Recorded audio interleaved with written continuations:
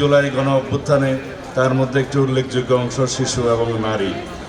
সেই হিসাবে তাদের স্বীকৃতি আন্তর্জাতিকভাবে জাতিসংঘ কর্তৃক স্বীকৃতি দেওয়া হয়েছে। সারা বাংলাদেশের সকল মিডিয়া এবং সমস্ত রাজনৈতিক দল, সামাজিক শক্তি এবং মানবাধিকার সংস্থাগুলো স্বীকৃতি দিয়েছে নারীর ভূমিকা এই গণ অভ্যুত্থানে। নারীরাই সবসময় আমাদের সকল গণতান্ত্রিক সংগ্রামে, স্বাধীনতা সংগ্রামে যুদ্ধে এগিয়ে ছিল, এই কথা সত্য। ঢাকা বিশ্ববিদ্যালয় আন্দোলন সংগ্রামের সূতিকাগার হিসাবে সকল সময়ে সকল সংগ্রামে সামনের সারিতে নেতৃত্ব দিয়েছে নারীরা, এই কথা সত্য। তাই আমরা দেখেছি আমাদের এই অর্জিত বিজয়ে নারীর একটি অংশগ্রহণ এবং একটি ভাগ আছে, যার সিংহভাগে আমরা বলতে পারি নারীদের। তাই আমরা আমাদের দলের পক্ষ থেকে অনেক আগেই আমাদের 31 দফা সংস্কার প্রস্তাব প্রণয়ন করেছিলাম, প্রদান করেছিলাম প্রস্তাব আকারে জাতির সামনে।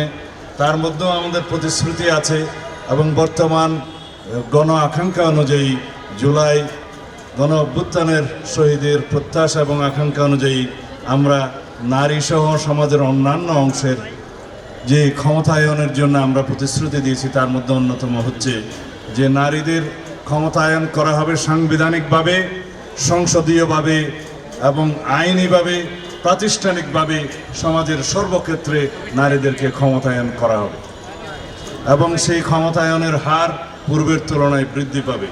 আমরা সাংবিধানিক সংস্কার কমিশনের মধ্যে আমরা আমাদের যে প্রস্তাব দিয়েছি এবং অন্যান্য দলও দিয়েছে, আশা করি আমরা সংসদে নারীদের সংখ্যা বৃদ্ধির মাধ্যমে তাদের একটি সংসদীয় নারীর ক্ষমতায়নের দিকে আমরা আরও বেশি ভূমিকা রাখব।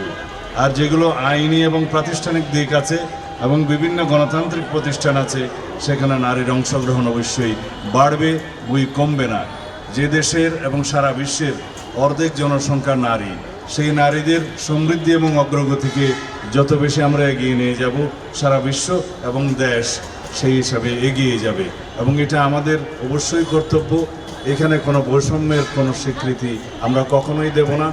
বাংলাদেশ জাতীয়তাবাদী দলের প্রতিষ্ঠাতা শহীদ রাষ্ট্রপতি জিয়াউর রহমান তার প্রথম সরকারের ভূমিকার মধ্যেই আপনারা অবশ্যই বুঝতে পারেন যে নারী ও শিশু মন্ত্রণালয়ের প্রতিষ্ঠা এবং পরবর্তীতে দেশনেত্রী বেগম খালেদা জিয়া এদেশের নারী শিক্ষার উন্নয়নের জন্য অবৈতনিক নারী শিক্ষা করে গিয়েছিলেন মাধ্যমিক এবং উচ্চ মাধ্যমিক পর্যায় পর্যন্ত।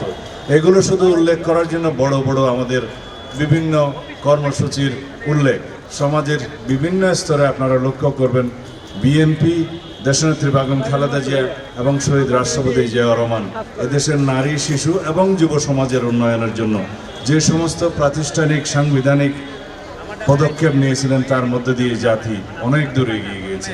বর্তমানে বাংলাদেশে নারী এবং শিশুদের প্রতি সহিংসতা, নিপীড়ন যে পরিমাণে বৃদ্ধি পাচ্ছে, সেটা অনেক উদ্বেগজনক। আমরা এর তীব্র নিন্দা এবং প্রতিবাদ জানিয়েছি দলীয়ভাবে, নিজে আমি ব্যক্তিগতভাবে আজকে জানাই। অবশ্যই এই সরকারকে এই সমস্ত কিছু খুব কঠোর হস্তে দমন করতে হবে। বাংলাদেশের এই নারী নির্যাতন এবং শিশু নির্যাতনের যেই উদ্বেগজনক হার বাড়ছে, সেটা যদি আমরা এখনই রুদ্ধ করে না দিতে পারি, তাহলে দেশের ভাবমূর্তি দেশে এবং বিদেশে ক্ষুণ্ণ হবে। সেই দিকটা লক্ষ্য রেখে আমি অন্তর্বর্তী সরকারের সংশ্লিষ্ট সকল কর্তৃপক্ষ, সকল আইন প্রয়োগকারী, সকল সংস্থাকে অনুরোধ করব, আপনারা সুষ্ঠু তদন্তের মাধ্যমে প্রত্যেকটি ঘটনার রহস্য উন্মোচন করুন এবং এর মধ্যে পতিত ফ্যাসিবাদের দোষরদের কোনো কারকাজ আছে কিনা, কোনো কারসাজি আছে কিনা, কোনো চক্রান্ত আছে কিনা আপনারা বের করুন। বাংলাদেশের পরিস্থিতি যাতে আর কোনোভাবে অস্থিতিশীল না হতে পারে এবং বাংলাদেশের ভাবমূর্তি যাতে দেশ এবং বিদেশে আর ক্ষুণ্ণ না হয়, সেই দিকটা আপনারা লক্ষ্য রাখুন। কঠোর হস্তে বাংলাদেশের আইন শৃঙ্খলা পরিস্থিতি নিয়ন্ত্রণ করুন।